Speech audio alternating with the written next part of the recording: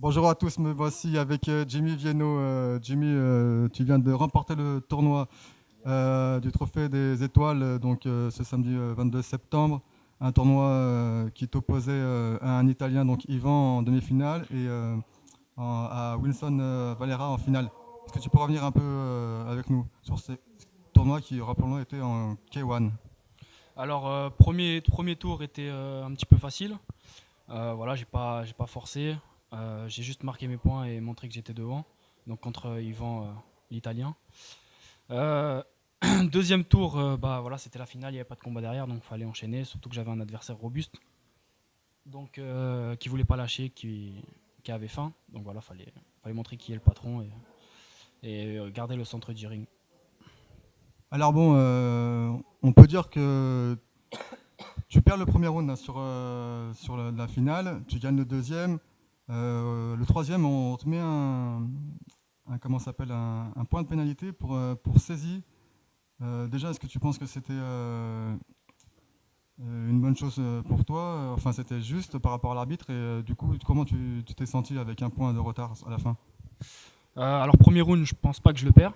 Je pense que c'est serré, mais je pense que je suis quand même devant. Sinon j'aurais perdu le combat parce qu'avec le dernier round, ça m'enlève directement des points. Deuxième round, je le prends large. Et troisième round, non, l'avertissement est mérité. J'ai saisi plus de 3 fois, donc c'est à moi de pas de saisir. Donc il est mérité. Donc il fallait vraiment que je monte jusqu'à la fin, coûte que coûte, qui était le boss, quoi. Donc voilà, fallait enchaîner malgré pas penser au point, pas se dire ah ça y est j'ai perdu et tout. Non non, on va de l'avant, on va de l'avant et ça passe ou ça casse. Bon, tu as fait ton dernier combat au Best of Siam en Thaïlande, où justement on te félicite encore une fois, tu es devenu champion du monde WMC en t'imposant sur Sargrove. Est-ce que tu peux revenir un peu avec nous sur cette expérience? Alors c'était un combat, déjà c'était un bon combattant. Son camp est très réputé en Thaïlande, d'autant plus je l'ai boxé au Raja. Donc voilà, il y avait beaucoup de pression, d'influence derrière lui. Donc j'ai boxé à ma manière, comme d'habitude. Donc les 3 premiers rounds étaient serrés, à son avantage plus. Quatrième round, je me suis envolé. Et cinquième round, avec l'ouverture, je le gagne facilement. Donc comme en Thaïlande, ce qui compte le plus, c'est le quatrième. Et que les 3 premiers, à mon avis, étaient ex aequo, mais on va dire qu'en France, pour moi, je gagne. Mais en Thaïlande, avec les comptages particuliers qu'ils ont, c'est lui qui avait l'avantage, on va dire. Donc c'était serré, mais avec le quatrième round et cinquième round, je gagne. Donc c'était un combat éprouvant, dur, mais je suis content d'avoir remporté. Alors, alors, comme tu dis, ouais, tu as fait le trio gagnant, hein, WBC, WPMF et WMC. Là, on peut vraiment dire que tu as marqué un peu l'histoire parce que tu as regroupé ces trois ceintures en 72-5. Aujourd'hui, on a pu constater qu'il y avait plein de magazines et spécialisés, mais surtout des magazines ouverts au plus grand public, comme les télés, les journaux locaux qui sont venus vers toi pour te faire des interviews.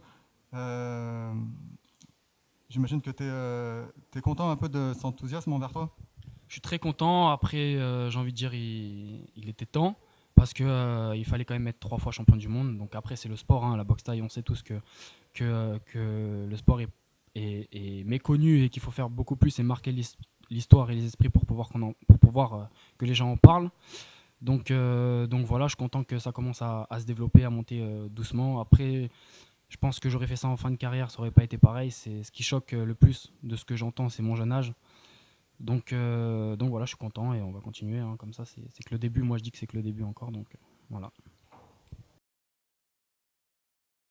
Prochain rendez-vous le 20 octobre à Lyon pour le Glory. Donc, troisième rendez-vous au Glory en K1. On a le nom en interne, c'est un combattant russe. Tu vas devoir faire ton troisième combat. C'est le 20 octobre, là on est le 22 septembre. On sait que tu as fait ton dernier combat aussi en Thaïlande il n'y a pas longtemps. Euh, 23, je crois, 23 août.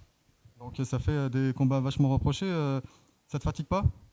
Pour l'instant, je suis en pleine bourre. Ça me fatiguera quand je serai vieux. Là, pour l'instant, ça va. Donc, en plus, je prends bien la récup qu'il me faut, bien le repos. J'ai toujours une semaine de tranquille après chaque combat où je profite un peu et que je vais faire beaucoup de soins, récupération, cryothérapie, tout ça. Donc voilà, ça va avec le temps. Après, bien sûr, sur un certain nombre de mois où j'enchaîne, je vais avoir une pause d'un mois ou deux dans l'année que je choisis.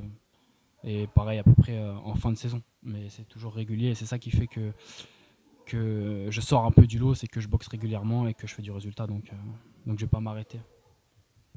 D'accord. Qu'est-ce qu'il en pense, ton entraîneur du Star Boxing Dédé, un peu de ta réussite en ce moment? Lui, il est content. Bon, après, tous les deux, on est pareil dans la tête. Comme moi, je suis content sur le moment.